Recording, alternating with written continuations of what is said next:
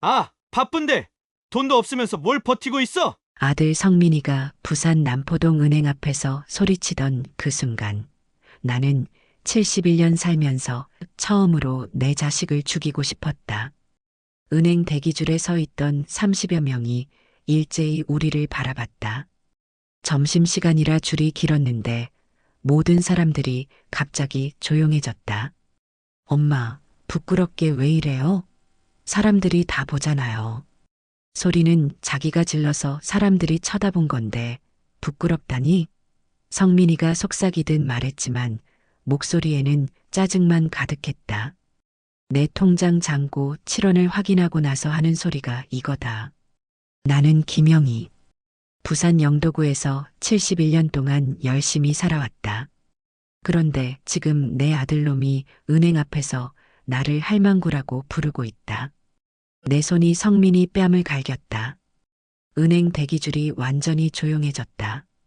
신용카드 광고 소리만 삐리리리 울려 퍼질 뿐이었다. 엄마, 뭐 하는 거예요? 성민이가 뺨을 만지며 당황하는 모습을 보니까 속이 다 시원했다. 매번 시대가 바뀌었다고 늙은이 취급하던 아들놈이었다. 시대가 바뀌었다고? 맞아, 바뀌었어. 이제 부모도 자식을 때리는 시대야. 주변 사람들이 웅성거리기 시작했다. 어머, 저 할머니 대단하시네. 요즘 자식들이 너무하긴 해. 부모한테 저런 식으로 말하면 안 되지. 성민이 얼굴이 빨갛게 달아올랐다. 창피해서인지 분해서인지 모르겠지만 엄마, 집에 가서 얘기해요. 성민이가 내 팔을 잡아 끌려고 했지만 나는 뿌리쳤다. 내가 뭘 잘못했는데 집에 가서 얘기하자고 그래. 은행 창구 직원이 걱정스러운 눈으로 우리를 바라봤다. 20대 후반쯤 되어 보이는 여직원이었는데 마치 도와드릴까요? 하는 표정이었다. 할머니, 괜찮으세요? 그 직원이 조심스럽게 물었다. 괜찮아요, 아가씨. 그냥 아들이 어머니한테 예의가 없어서 그래요. 내가 그렇게 대답하니까 성민이가 더 당황하는 것 같았다. 사실 통장에 7원밖에 없다는 걸 확인하고 나서 정말 막막했다. 한 달 전까지만 해도 억 단위 돈이 있었는데 지금은 라면 하나도 못 사는 신세가 됐다. 그것도 내 친아들 손에 의해서. 은행에서 나와서 버스 정류장에 앉아 있는데 영도대교 너머로 조선소 굴뚝들이 보였다. 1979년 우리 부부가 영도 공업사를 차렸을 때도 저 굴뚝들이 저렇게 서 있었다. 그때는 모든 게 희망적이었다. 그리고 재영이도 있었다. 집으로 돌아가는 버스 안에서 문득 금성 라디오가 생각났다. 1979년에 남편이 명동에서 사온 그 금성 라디오. 첫 월급 받아서 산 우리 집 최고 보물이었다. 여보, 이 라디오만 있으면 우리 심심하지 않겠어. 라디오에서 나훈아 노래 나올 때마다 남편과 같이 들었다. 그런데 요즘 그 금성 라디오를 볼 때마다 이상한 느낌이 든다. 남편이 가끔 라디오를 만지작거리면서 혼자 미소 짓던 모습이 자꾸 떠오른다. 여보, 뭐 하는 거예요? 그때 내가 물으면 남편은 항상 이렇게 대답했다. 아무것도 아니야. 그냥 라디오 상태 확인하는 거지. 버스에서 내려서 걸어가는데 내 손가락에 끼워진 금반지가 헐렁거렸다. 살이 빠져서 뼈만 남아서 그렇다. 이 반지도 남편이 결혼 20주년 때 사준 것이다. 그때는 끼기도 빡빡했는데 지금은 돌리기만 해도 빠질 것 같다. 영희야, 우리가 이렇게 오래 살 줄 누가 알았겠어. 남편이 반지를 끼워주면서 한 말이다. 여보도 참 로맨틱해. 40살에 무슨 반지예요. 내가 그렇게 말했지만 속으로는 정말 기뻤다. 결혼 20년 만에 받은 첫 번째 금반지였으니까. 그런데 지금은 그 반지마저 팔아야 하나 싶어서 마음이 아프다. 오후 6시가 되니까 영도 조선소에서 사이렌 소리가 들려왔다. 퇴근 시간을 알리는 소리다. 예전에는 그 소리가 참 정겨웠다. 아, 하루 일이 끝났구나 싶어서 마음이 편했다. 우리 공장 직원들도 저 사이렌 소리에 맞춰서 퇴근했으니까. 하지만 지금은 그 소리가 마치 내 인생도 끝났다고 알려주는 것 같다. 시대가 바뀌었어요. 성민이가 자주 하는 말이다.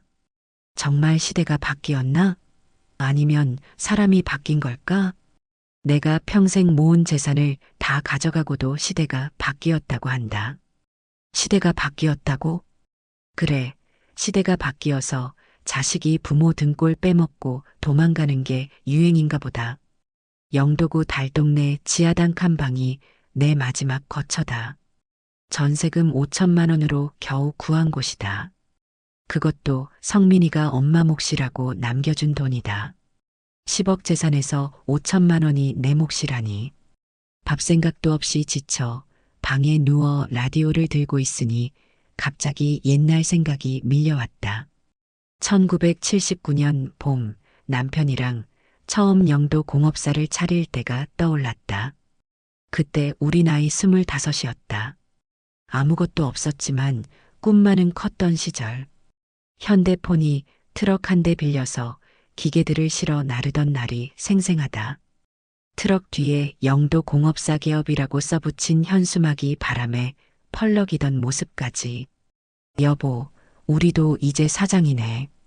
남편이 그렇게 말하며 웃던 얼굴이 아직도 선하다. 그 첫날 밤 우리는 공장 한켠에서 라면을 끓여 먹었다. 계란 하나 넣어서 둘이 나눠 먹었는데 그게 그렇게 맛있더라. 금성 라디오에서는 나훈아의 노래가 흘러나왔고, 여보, 이 맛 잊지 말자. 나중에 돈 벌어도 이 마음만은 그대로 가지고 살자. 그래서 우리는 늘 직원들하고도 라면에 계란 넣어서 같이 먹곤 했다. 특히 김 기사는 우리 공장 첫 직원이었다. 김철수라는 이름의 28총각이었는데 정말 성실하고 착한 사람이었다. 사장님, 저 정말 열심히 하겠습니다. 기회 주셔서 감사해요. 첫날부터 그렇게 말하며 새벽 일찍 나와서 밤늦게까지 일했다. 우리보다 더 열심히 일하는 것 같았다. 그 양반이 결혼하고 아이 낳고 딸이 자라는 걸 다 지켜봤다. 우리한테는 자식이 아들뿐이어서 그런지 김 기사네 수정이도 마치 우리 딸 같았다. 사장님, 수정이가 또 상 탔어요. 김 기사가 딸 자랑할 때마다 우리도 같이 기뻐했다. 그 아이가 얼마나 공부를 잘했는지. 1980년대 들어서면서 우리 공장도 제법 잘 됐다. 금성 TV도 사고 대우 냉장고도 새로 들여놓고 토요일 저녁이면 MBC 주말에 명화 보는 게 우리 부부 낙이었다. 여보, 우리 정말 행복하네. 그때 남편이 자주 하던 말이다. 그리고 1990년 봄 잊을 수 없는 일이 있었다. 1990년 봄이었다.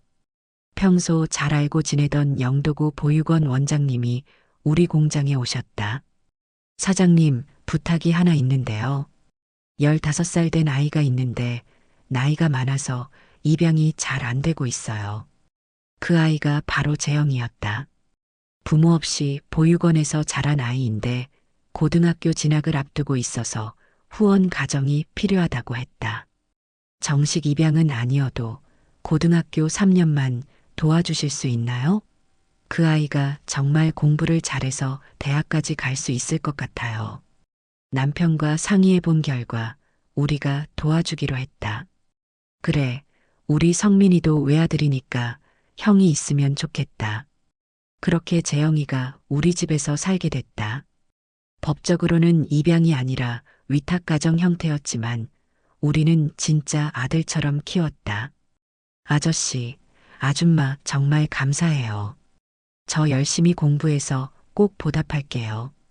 재영이가 처음 우리 집에 왔을 때 한 말이다. 그 진실한 눈빛을 지금도 잊을 수 없다. 성민이보다 1살 위였는데 정말 형 노릇을 잘했다. 공부도 열심히 하고 집안일도 도와주고 무엇보다 예의가 발랐다. 어머니, 제가 설거지 할게요. 아버지, 공장 일 도와드릴까요?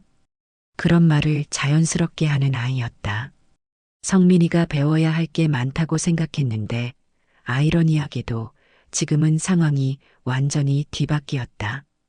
우리는 재영이를 정말 친아들처럼 키웠다. 용돈도 주고 옷도 사주고 대학 갈 때는 입학금까지 줬다.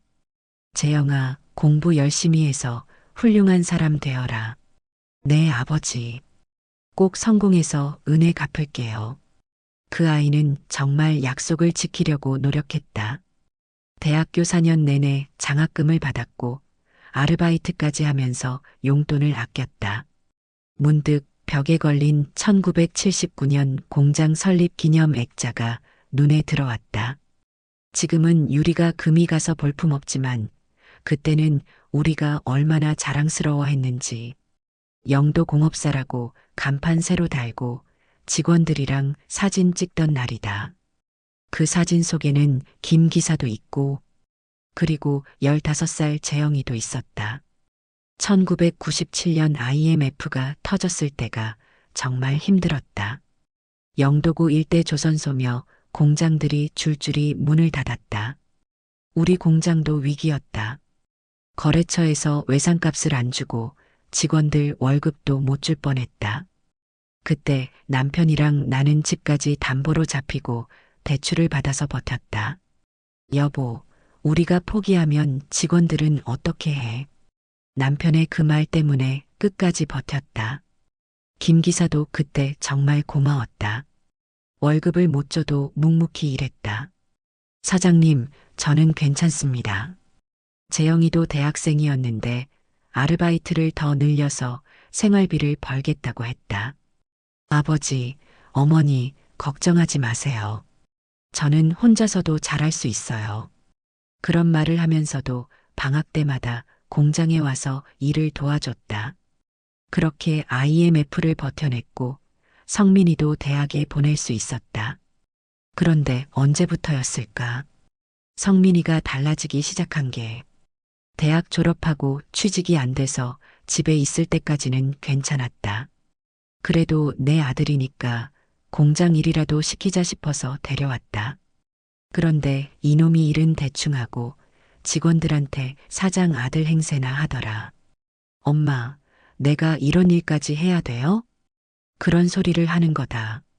재영이는 보육원 출신이면서도 그런 소리 한 번 안 했는데 친아들이 그런 말을 하다니 그때부터 이상하다 싶었다. 그러다가 며느리를 데려왔는데 그 애가 또 만만치 않더라.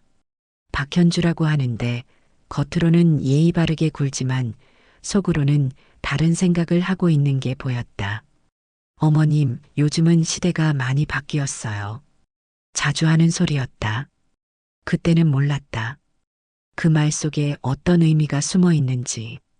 재영이는 대학을 졸업하고 서울로 올라갔다. IT 회사에 취직했다고 연락이 왔는데 그 이후로는 소식이 끊겼다. 재영이 그놈 성공하면 우리 잊어버리나? 남편이 가끔 그런 말을 했지만 나는 그럴 아이가 아니라고 생각했다. 여보, 젊은 사람들은 다 바쁘잖아. 나중에 여유 생기면 연락 올 거야. 하지만 속으로는 조금 섭섭했다. 그렇게 정성으로 키웠는데 남은 남이지 싶었다. 성민이가 결혼하고 나서는 더욱 재영이가 그리워졌다. 재영이 같은 아들이 있었으면 얼마나 좋을까 싶어서 그런 생각을 하고 있는데 금성 라디오에서 또 딸랑하는 소리가 났다. 오래된 라디오라 그런지 부품이 헐거워진 것 같다. 남편이 그렇게 아끼던 건데 이제 정말 고물이 됐구나. 가끔 남편이 라디오를 만지작거리면서 혼자 중얼거리던 모습이 떠올랐다. 영희야, 시대가 바뀌어도 변하지 않는 게 있어야 해. 그런 말을 하곤 했는데 그때는 그냥 철학적인 얘기인 줄 알았다. 여보 목소리가 그리워서 자꾸 이 라디오만 바라보게 된다. 그러고 보니 김 기사는 어떻게 지내고 있을까? 성민이가 공장을 정리한다고 했을 때 김 기사도 그만두게 됐다. 그때 김 기사가 한 말이 기억난다. 사모님, 사장님 은혜 평생 잊지 않겠습니다. 언제든 도움 필요하시면 연락하세요. 그러면서 전화번호를 적어준 종이를 줬는데 그게 어디 있었더라. 혹시 지금이라도 연락해 볼까? 김 기사는 분명히 우리를 기억하고 있을 것이다. 1995년에 딸 수정이 백혈병 수술비 3천만 원을 도와준 일 말이다. 그때 김 기사가 무릎 꿇고 울면서 그랬다. 사장님, 사모님, 이 은혜 평생 잊지 않겠습니다. 제 딸이 낳으면 꼭 보답하겠습니다. 그리곤 10년 동안 모두 갚았지요. 그 딸이 지금은 어떻게 됐을까? 벌써 30살이 넘었을 텐데. 창밖에서 영도 조선소 사이렌 소리가 들려왔다. 저녁 6시 퇴근 사이렌이다. 예전에는 그 소리가 정겨웠는데 지금은 왠지 쓸쓸하다. 모든 게 변했지만 저 사이렌 소리만은 변하지 않았다. 남편이 자주 하던 말이 떠올랐다. 영희야, 세상이 아무리 변해도 우리만큼은 변하지 말자. 하지만 변한 건 우리가 아니라 성민이었다. 우리는 여전히 그때 그 마음 그대로인데. 금성 라디오를 바라보면서 생각했다. 그 안에서 들리는 딸랑거리는 소리가 낡은 내 모습 같다는 생각이 들었다. 꼭 수리해야지. 마음먹었다. 여보, 이 라디오만이라도 있으니까 그때 생각이 나서 위로가 돼요. 마치 남편이 대답해주는 것처럼 어디선가 잔잔한 음악 소리가 들려왔다. 이웃집에서 틀어놓은 라디오 소리였다. 그날 밤 나는 오랫동안 금성 라디오를 바라봤다. 1979년부터 우리와 함께해온 그 라디오를 남편과의 소중한 추억이 담긴 유일한 보물이라는 생각을 하면서 부산 대병원 중환자실 그곳에서 내 인생이 완전히 바뀌었다. 남편 이종수가 산소호흡기에 의지해 겨우 숨을 쉬고 있던 2023년 12월이었다. 폐암 말기 진단을 받은 지 석 달째였다. 의사 선생님이 그러더라. 많이 힘드실 거예요. 마음의 준비를 하세요. 그 말 듣는 순간 세상이 무너지는 것 같았다. 44년을 함께 살아온 남편이 떠날 준비를 하라니. 그런데 성민이는 아버지 병실보다 복도에서 며느리랑 뭔가 속닥거리기만 하더라. 마치 다른 일이 더 급한 것처럼. 엄마, 잠깐 나와서 얘기 좀 해요. 성민이가 날 복도로 불러내더라. 며느리도 따라 나와서는 겉으로는 걱정하는 척하면서 이런 말을 하는 거다. 어머님, 아버님이 돌아가시면 상속세가 엄청날 거예요. 요즘 세금이 얼마나 무서운지 아세요? 그때까지만 해도 나는 그냥 걱정해서 하는 소리인 줄 알았다. 그래도 아직 아버지가 살아계시는데 그런 얘기를. 내가 그렇게 말하니까 성민이가 답답하다는 듯이 말하더라. 엄마, 이제 시대가 바뀌었어요. 미리미리 준비해야 나중에 후회 안 해요. 또 그 소리다. 시대가 바뀌었다고. 그래서 어쩌자는 거냐? 내가 물으니까 며느리가 나서서 말했다. 어머님, 아버님 살아계실 때 증여로 처리하면 세금을 많이 아낄 수 있어요. 법무사 선생님이 그러시더라고요. 법무사까지 만나고 온 거였다. 내가 모르는 새에 그런 중요한 일을 왜 나한테 상의도 안 하고. 어머님은 이런 거 잘 모르시잖아요. 저희가 알아서 할게요. 박현주의 그 말투가 참 기가 막혔다. 마치 내가 무식한 할망구 취급하는 것 같아서 속이 뒤틀렸다. 하지만 그때는 남편 걱정에 정신이 없어서 깊이 생각할 여유가 없었다. 그래, 니들이 알아서 해라. 난 아버지 간병만 할게. 그렇게 말하고 병실로 들어갔다. 며칠 뒤에 성민이가 법무사를 데려왔더라.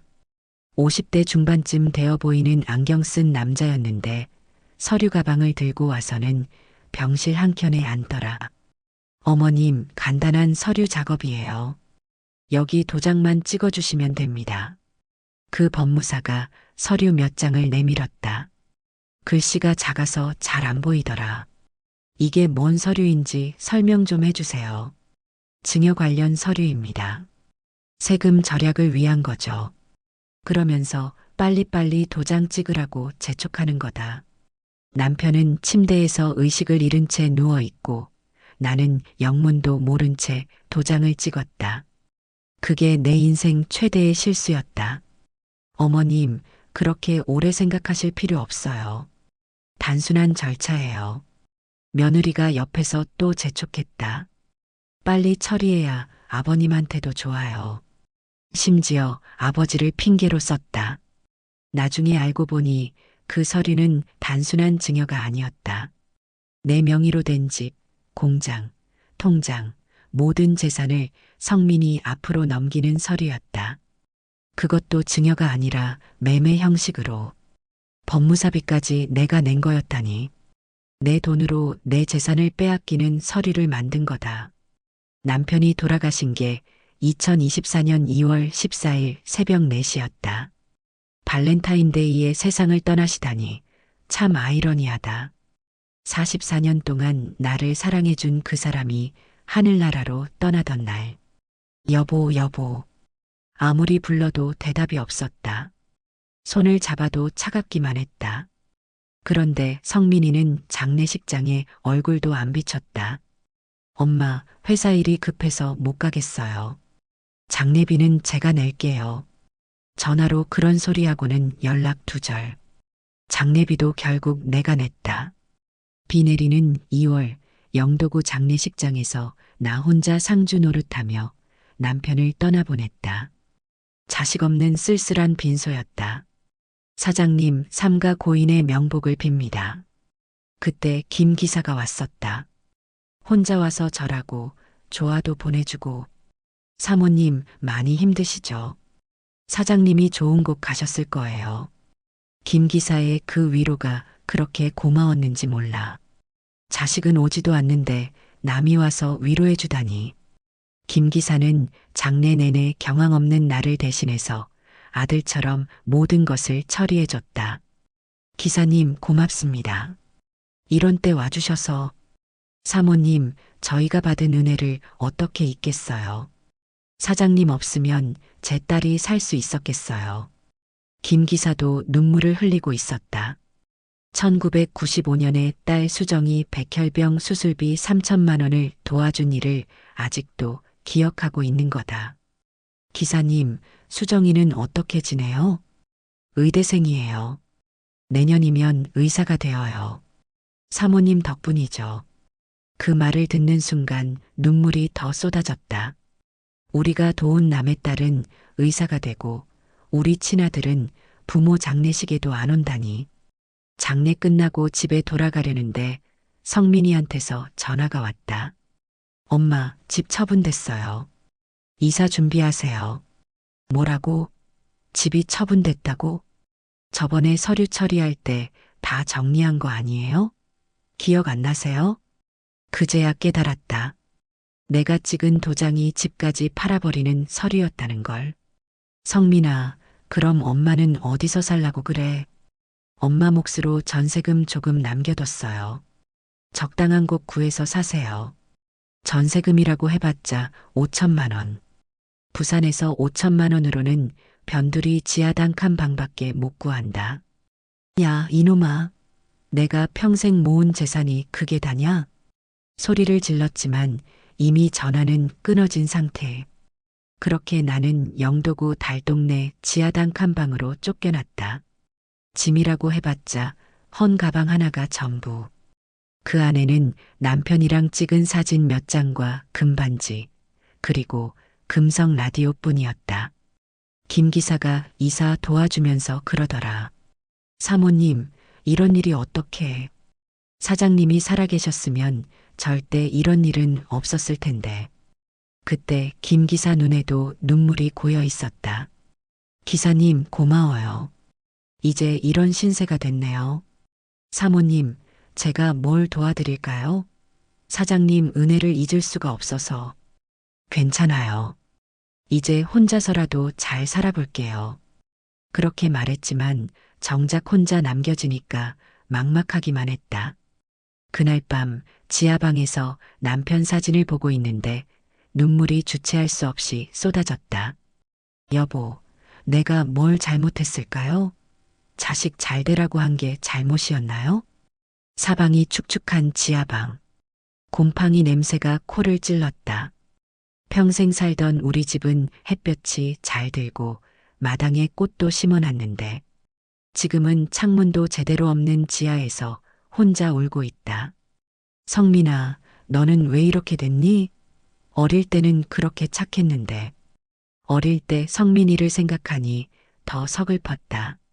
초등학교 때는 어머니 날마다 카네이션을 사다 줬는데 중학교 때는 용돈 모아서 생일 선물도 사줬는데 언제부터 이렇게 변한 걸까? 그 이후로 한 달이 지났다. 통장에 7원만 남은 상태에서 어떻게 버텼는지 모르겠다. 김 기사가 가끔 쌀이랑 반찬을 가져다 줬다.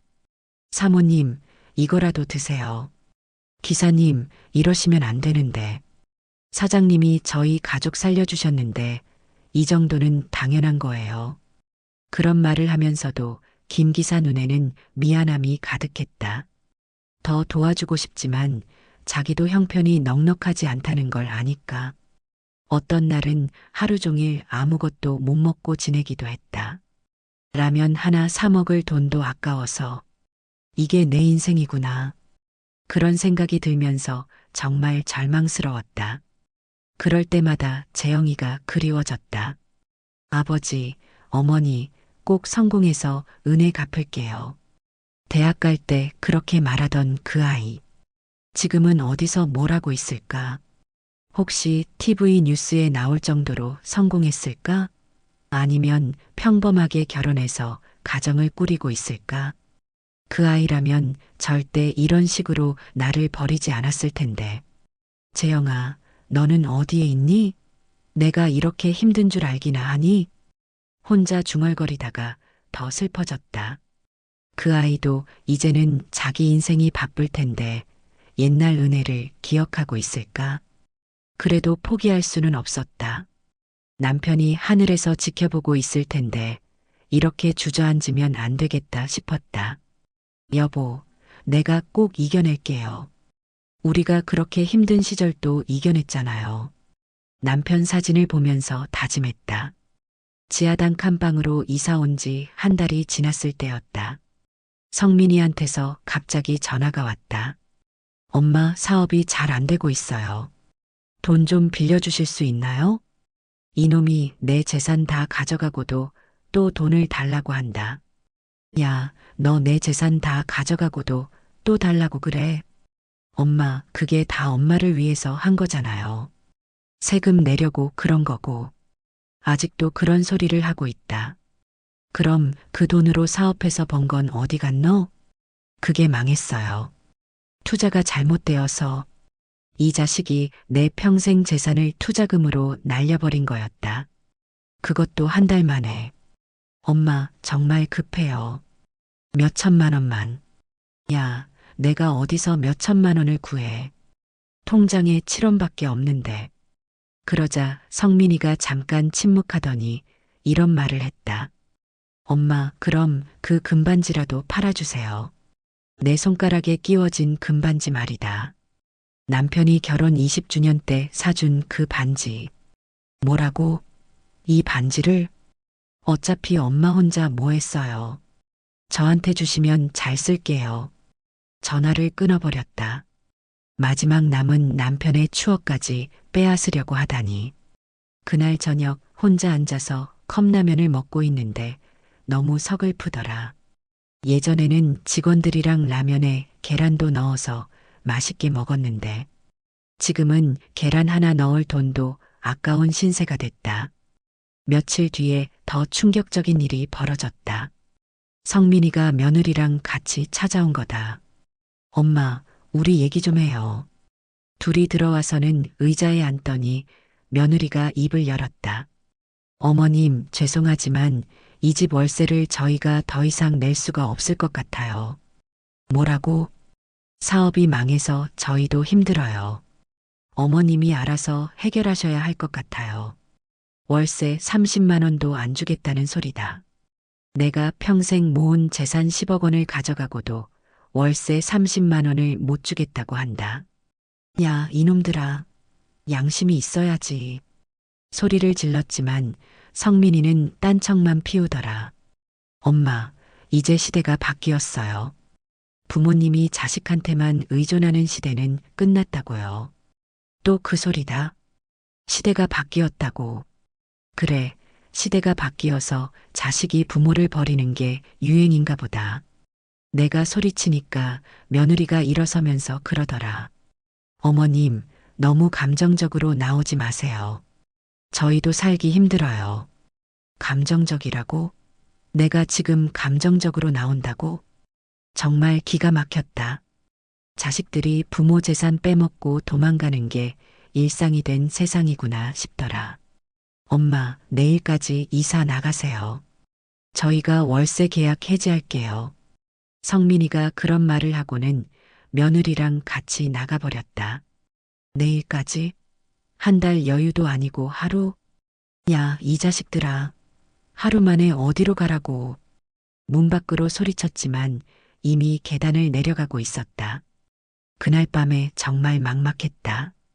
갈 곳도 없고 돈도 없고 이제 정말 길거리에 나앉게 생겼다. 그때 김 기사한테서 전화가 왔다. 사모님, 안녕하세요. 그동안 어떻게 지내셨어요?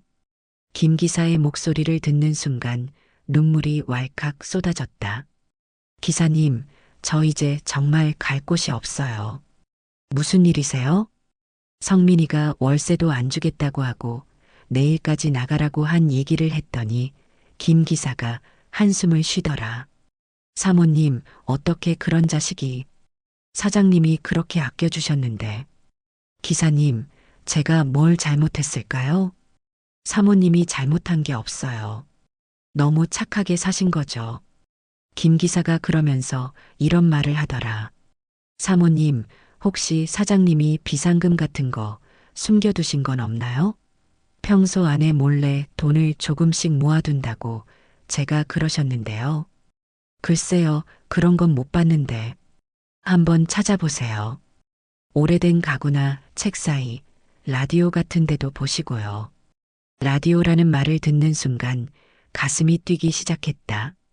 네, 한번 찾아볼게요.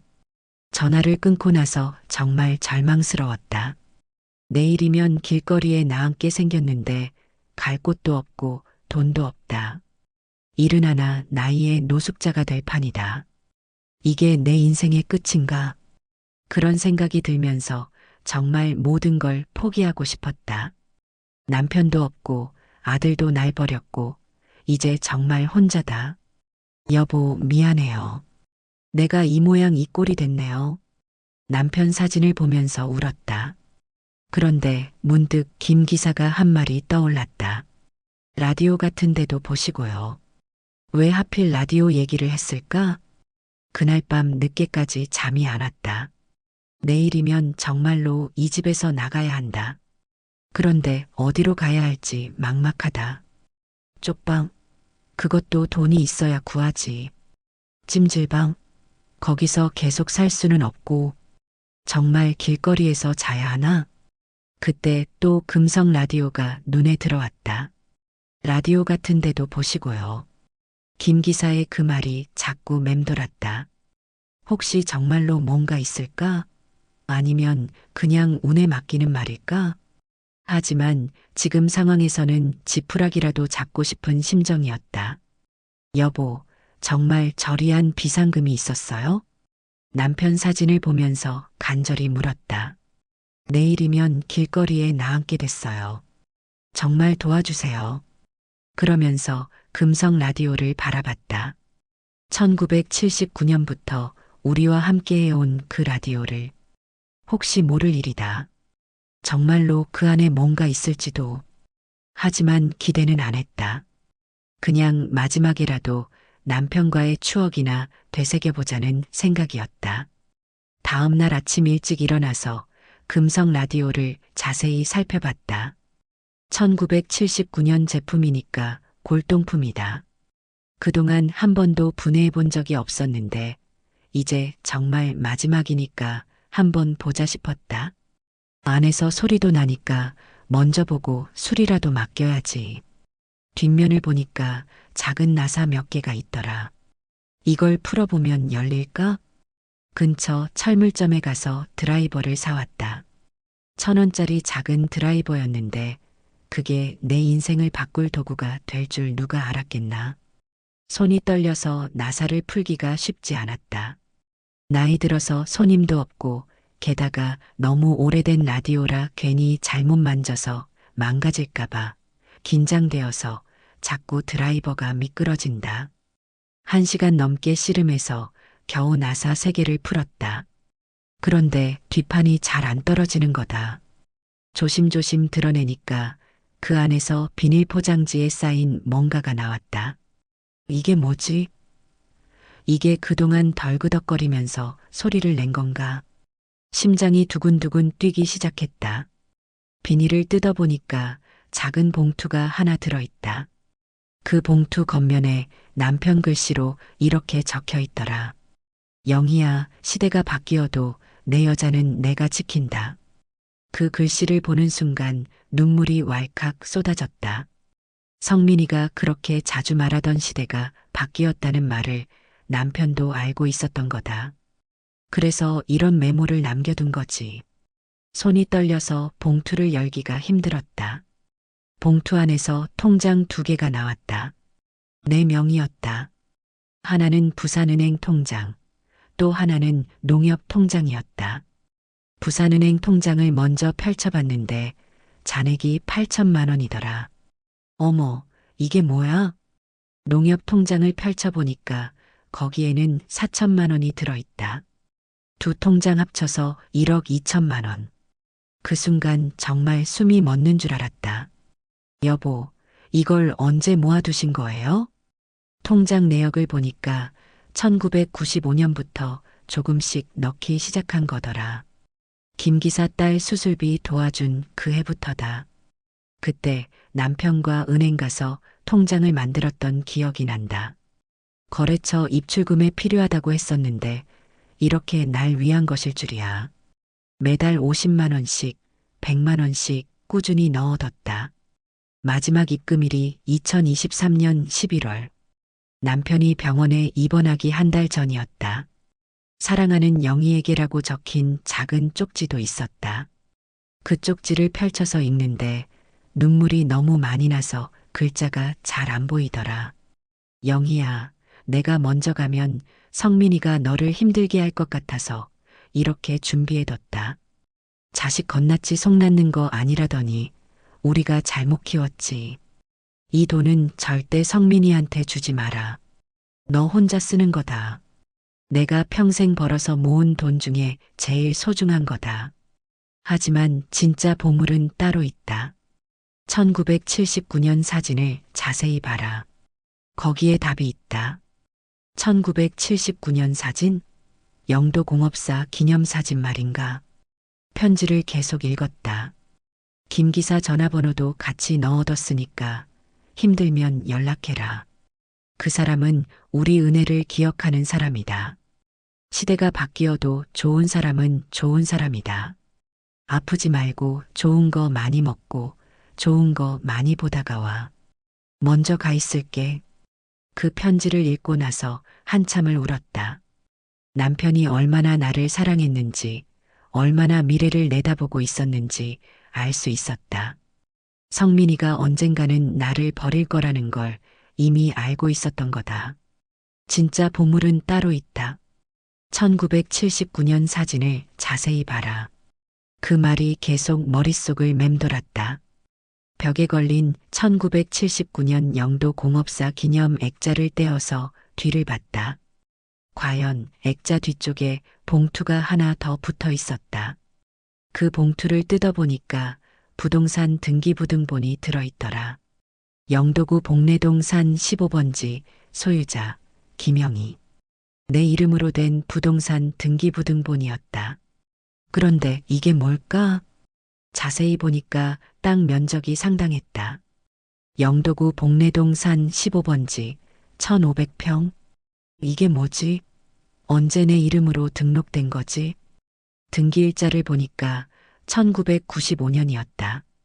김기사 딸을 도와준 그 해. 그 밑에 남편 글씨로 또 메모가 있었다. 영희야, 이 땅은 내가 조금씩 사모은 거다. 성민이 모르게 내 이름으로 해뒀다. 지금 시세로는 3억은 넘을 거다. 이것도 성민이한테 절대 알려주지 마라. 그 다음 종이에는 더 놀라운 내용이 적혀 있었다. 성민이가 가져간 재산은 실제로는 빈 껍데기다. 진짜 중요한 건 다 빼두고 가짜 서류만 만들어줬다. 법무사도 내 친구다. 성민이가 욕심내도 건드릴 수 없게 해뒀다. 뭐라고? 성민이가 가져간 게 가짜라고? 공장 부지도 실제로는 임대였고 집도 이미 내 이름으로 옮겨뒀다. 성민이가 판 건 빈 껍데기 서류뿐이야. 진짜 재산은 안전하다.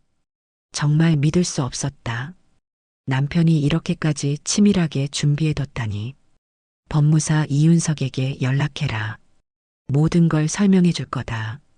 그리고 법무사의 명함이 있었다. 손이 떨리면서 법무사에게 전화를 걸었다. 여보세요. 이윤석 법무사님이세요? 네, 그런데요. 저는 김영희입니다. 남편 이종수가. 사모님, 기다리고 있었습니다. 사장님이 돌아가시기 전에 사모님이 연락할 때까지 기다리라고 하셨어요. 정말이었다. 다음날 법무사를 만나러 가니 모든 걸 설명해줬다. 사모님, 아드님이 가져간 건 모두 가짜 서류예요. 진짜 재산은 사모님 명의로 안전하게 보호되어 있습니다. 그럼 우리 집은? 사모님 집도 실제로는 사모님 명의예요. 아드님이 판 건 아무 효력 없는 서류고요. 공장은요? 공장 부지도 임대였어요. 아드님은 빈 임대권만 넘겨받은 거죠. 정말 기가 막혔다. 남편이 성민이를 완전히 속인 거였다. 사모님, 사장님이 마지막 메시지도 남기셨어요. 법무사가 그러면서 봉투 하나를 더 꺼냈다. 성민이가 연락하면 그때 주라고 하셨어요. 그 봉투에는 이런 편지가 들어 있었다. 성민아, 아버지가 마지막으로 하는 말이다. 내가 어머니를 버릴 줄 알고 미리 준비해뒀다. 내가 가져간 건 모두 가짜다. 진짜 재산은 어머니가 가지고 있다. 이제라도 정신 차리고 어머니께 사과해라. 그래도 내 아들이니까. 그 편지를 읽는 순간 남편이 얼마나 지혜로운 사람이었는지 새삼 깨달았다. 성민이의 본성을 이미 다 알고 있었고, 그래서 나를 지킬 방법을 미리 준비해 둔 거였다. 사모님, 이제 어떻게 하시겠어요? 법무사가 물었다. 일단 집부터 되찾아야겠어요. 그건 간단해요. 원래 사모님 집이니까요. 그럼 제가 지금 살고 있는 지하방은? 당장 나오셔도 됩니다. 원래 집으로 돌아가시면 돼요. 정말 꿈만 같았다. 어제까지만 해도 길거리에 나앉을 뻔했는데 이제는 오히려 성민이보다 더 많은 재산을 가지게 됐다. 여보, 고마워요. 덕분에 이제 다시 살 수 있겠어요. 남편 사진을 보면서 중얼거렸다. 일단은 희망이 보였다. 남편이 마지막까지 나를 지켜준 거니까. 시대가 바뀌어도 내 여자는 내가 지킨다.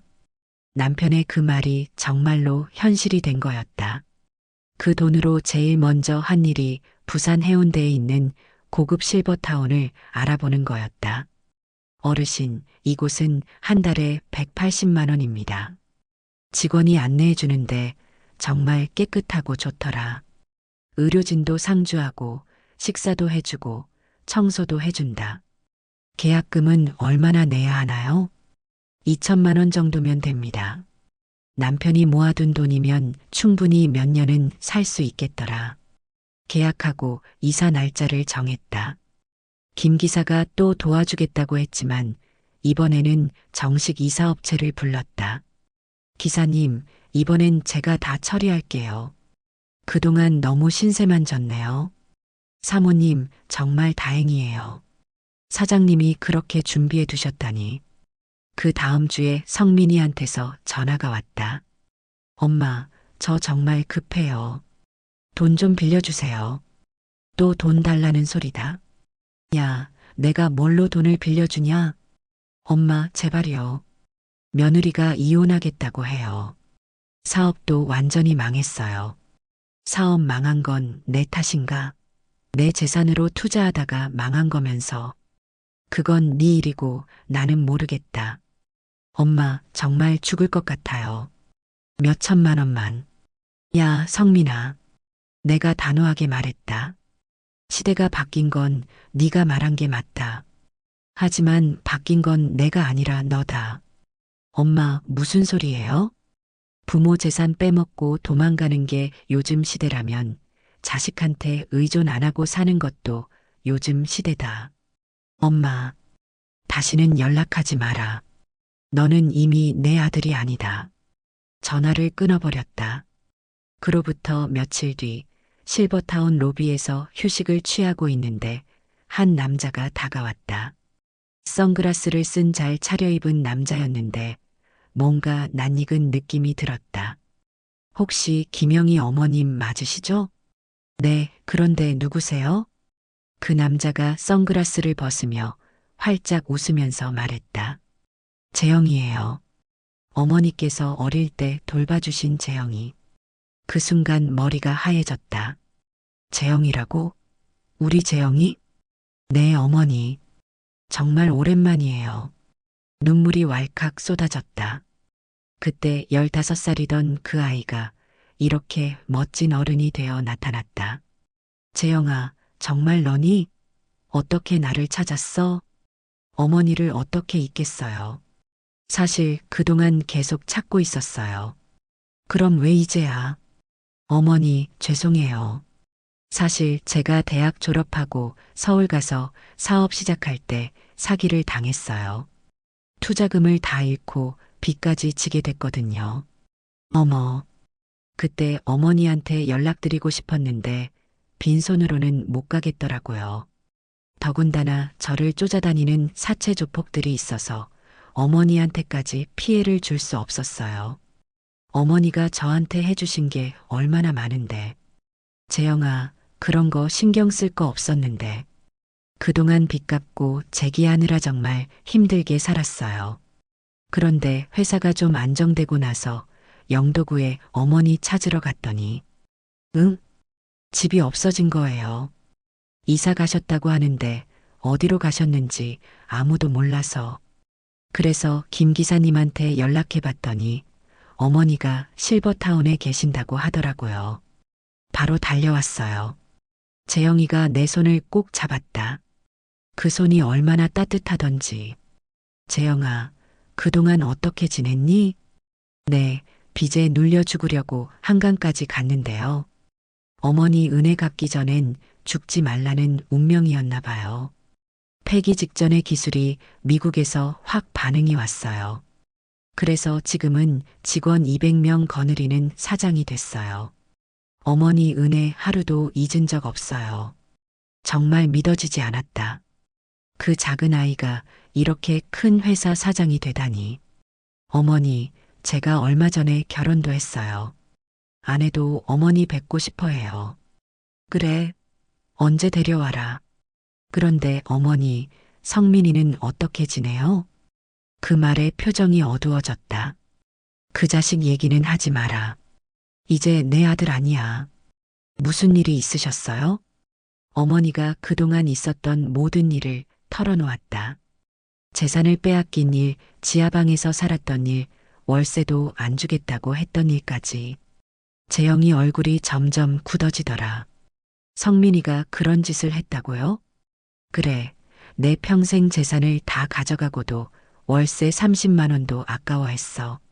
어머니, 그건 너무하잖아요. 어머니가 얼마나 좋은 분인데. 제가 죄송해요. 그동안 어머니도 성민이도 돌보지 못했어요. 재영이 눈에 분노가 가득했다. 어머니, 성민이 연락처 아세요? 왜? 제가 직접 만나보고 싶어요. 재영아, 너까지 힘들게 할 필요 없어. 아니에요, 어머니. 제가 만나볼게요. 재영이 표정이 정말 진지했다. 어머니, 성민이가 그런 놈이라는 걸 몰랐어요. 제가 꼭 혼내줄게요. 며칠 뒤 재영이가 다시 왔다. 어머니, 성민이 사업체 알아봤어요. 뭐하러? 제가 인수하려고요. 인수? 네, 망해가는 회사니까 싸게 살 수 있어요. 재영이가 설명하길 성민이 회사가 정말 심각한 상태라고 했다. 빚이 엄청나고 거래처에서도 돈을 안 줘요. 곧 부도날 것 같아요. 그럼 더 건드리지 마라. 아니에요, 어머니. 제가 인수해서 성민이한테 제대로 된 교육을 시켜줄게요. 재영이 눈빛이 예사롭지 않았다. 일주일 뒤 재영이가 성민이 회사를 찾아갔다. 안녕하세요. 김성민 대표님이죠? 네, 그런데 누구세요? IT솔루션 회사 대표 이재영입니다. 사업 제안이 있어서 왔어요. 성민이는 재영이를 바로 알아봤다. 정과는 많이 달라졌지만 얼굴은 여전히 익숙했다. 혹시 재영이 형? 성민아. 나 알아보는구나. 형, 어떻게 여기까지? 사업 얘기하러 왔어. 일단 계약서부터 쓰자. 성민이 눈이 번쩍 뜨였다. 요즘 정말 어려웠는데 재영이 형이 도와준다니. 형, 정말 고마워. 조건이 어떻게 되는데? 여기 조건 보고 계약서부터 쓰고 얘기하자. 계약서를 다 쓰고 나서 재영이가 차갑게 말했다. 그런데 성민아, 어머니한테 뭘 한 거야? 어머니? 형이 왜 우리 엄마를? 우리 어머니야. 내가 누구한테 키워졌는데. 성민이 얼굴이 하얘졌다. 재영이가 왜 갑자기 이런 말을 하는지 알 것 같았다. 형, 설마 엄마가 형한테. 어머니가 다 말씀하셨어. 어머니한테 뭘 했는지 다 알고 있다. 재영이 목소리가 차갑게 변했다. 어머니가 나한테 해주신 거부터 말해볼게. 장학금, 생활비, 교육비, 사랑과 정성을 빼더라도 금액만 총 5천만 원이야. 지금 이자 치면 2억은 넘어. 그런데 넌 어머니한테 뭘 해줬어? 오히려 어머니 재산 다 빼앗고 지하방에서 살게 했잖아. 어머니가 나한테 5천만 원 투자해서 지금 내가 이렇게 됐어. 그런데 넌? 어머니가 평생 모은 돈 다 가져가고도 월세 30만 원도 아까워했다며? 형, 그건 오해야. 오해? 그럼 뭐가 진실이야? 어머니가 거짓말하신다는 거야? 성민이가 아무 말도 못했다. 어머니 재산 다 빼앗고 지하방에서 살게 하고 월세도 안 줬다면서? 형, 그건 오해야. 세금 때문에. 오해? 어머니가 거짓말하신다는 거야? 재영이가 계약서를 흔들었다. 성민아, 이 계약서 봐. 내 회사 내가 다 인수했어. 이제 넌 내 직원이야. 월급은 최저임금으로 줄게. 성민이가 완전히 멘붕했다. 형, 제발. 어머니한테 무릎 꿇고 사죄하면 조금 봐줄게. 그때 며느리도 들어왔다. 여보, 웬일이에요? 재영이가 며느리를 보더니 차갑게 말했다. 아, 재수 씨도 왔네. 반가워요. 누구세요? 나, 어머니 아들이야. 진짜 아들 말이야. 며느리도 상황을 파악하더니 얼굴이 하얘졌다. 어머니한테 감정적으로 나오지 마세요라고 했지? 그건 우리 어머니가 평생 모은 재산 빼앗고도 감정적이라고 했어? 재영이가 서리를 내밀었다. 너희 집 경매 나온 것도 내가 샀어. 내일까지 나가. 아, 참. 어머니가 그러시더라. 시대가 바뀐 건 나가 아니라 너다라고. 결국 성민이와 며느리가 무릎을 꿇었다. 형, 제발 용서해줘. 내가 잘못했어. 재수 씨도 어머니께 사과해. 미안해요. 정말 미안해요. 재영이가 그들을 내려다보면서 말했다. 지금 가서 어머니께 사죄해. 진심으로. 그럼 봐줄 거야? 어머니가 용서하시면 조금 봐줄게. 하지만 이제 다시는 어머니를 괴롭히면 안 돼. 그날 저녁 재영이가 실버타운으로 왔다. 어머니, 성민이 처리했어요. 뭘 어떻게 했는데? 회사 인수해서 혼내줬어요. 이제 성민이가 어머니께 사과하러 올 거예요. 재영아, 너까지 힘들게 할 필요 없었는데. 어머니, 저 때문에 한 게 아니에요. 어머니가 저한테 해주신 사랑을 돌려드리는 거예요. 그 말을 듣는 순간 눈물이 났다. 그래, 진짜 아들은 따로 있었구나. 며칠 뒤 재영이가 아내와 아이들을 데려왔다. 어머니, 제 가족이에요. 예쁜 아내와 초등학생 아들딸이 할머니께 인사했다. 할머니 안녕하세요. 아빠가 항상 할머니 얘기해줬어요. 할머니 덕분에 저희 아빠가 성공했다고 했어요. 그 아이들이 할머니라고 부르며 따랐다. 어머니, 이제 저희가 어머니 가족이에요. 늦게 찾아뵈서 죄송합니다. 재영이 아내도 친어머니처럼 모셨다. 어머니, 그동안 얼마나 힘드셨어요.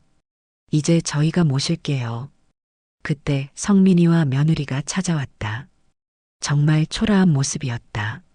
엄마, 정말 죄송해요. 무릎을 꿇고 사과했지만 마음은 이미 굳어진 상태였다. 이제 너희는 남이다. 재영이가 내 진짜 아들이야. 성민이가 울면서 매달렸지만 돌아보지 않았다. 재영이 가족이 진짜 가족이 된 순간이었다. 6개월이 흘렀다. 어느 날 저녁 금성 라디오를 들으면서 남편 사진을 바라보고 있었다. 문득 남편이 자주 하던 말이 생각났다. 여보, 나중에 돈 좀 모이면 크루즈 여행 한번 가보자. 바다 위에서 둘이 손잡고 서 있으면 얼마나 좋을까. 그때는 무슨 크루즈 여행이야. 그런 돈이 어디 있어라고 했었는데. 지금 생각해보니 그 여행을 못 가본 게 후회되더라. 그래서 결심했다. 여보, 내가 우리 둘목까지 가볼게요.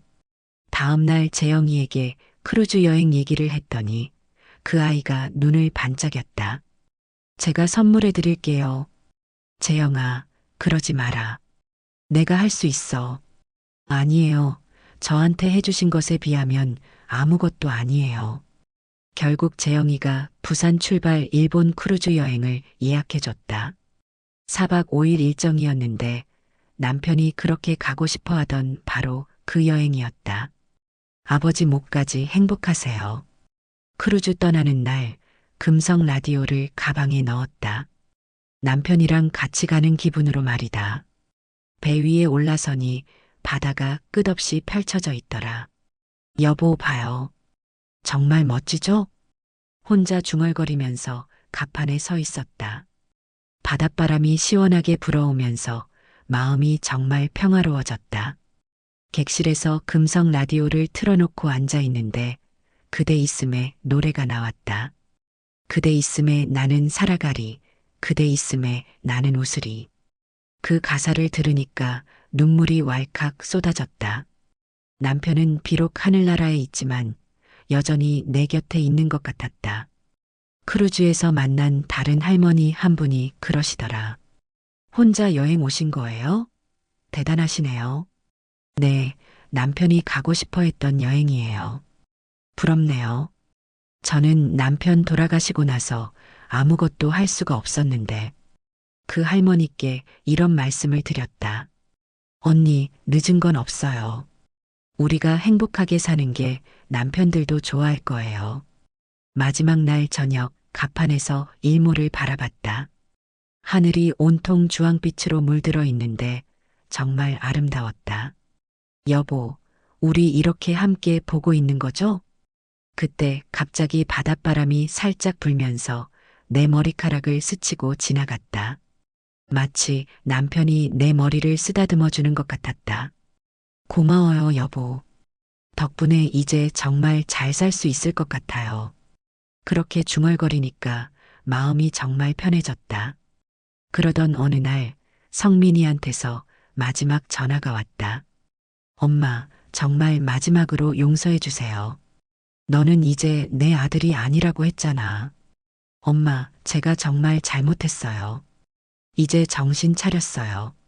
늦었어. 엄마, 다시는 연락하지 마라. 그렇게 말하고 전화를 끊었다. 그날 밤 마지막으로 금성 라디오 앞에 앉았다. 여보, 정말 고마웠어요. 당신이 남겨준 사랑 덕분에 이렇게 행복하게 살고 있어요. 라디오에서 잔잔한 음악이 흘러나왔다. 라디오를 꺼야지 하는데 자꾸 켜두고 싶었다. 남편이 계속 곁에 있는 것 같아서 혈연 아들은 잃었지만 더 소중한 가족을 얻었어요. 그리고 마지막으로 이렇게 중얼거렸다. 시대가 바뀌어도 변하지 않는 건 진짜 사랑이었네요. 오늘 이야기가 마음에 드셨다면 좋아요와 구독, 알람 설정 잊지 마세요. 또 이야기를 보시고 마음에 남은 장면이 있으셨다면 댓글로 나눠주세요. 선생님의 한마디가 또 다른 분께 깊은 울림이 될 수 있습니다. 늘 감사합니다. 건강이 최고예요. 하루 한번 운동 잊지 마세요.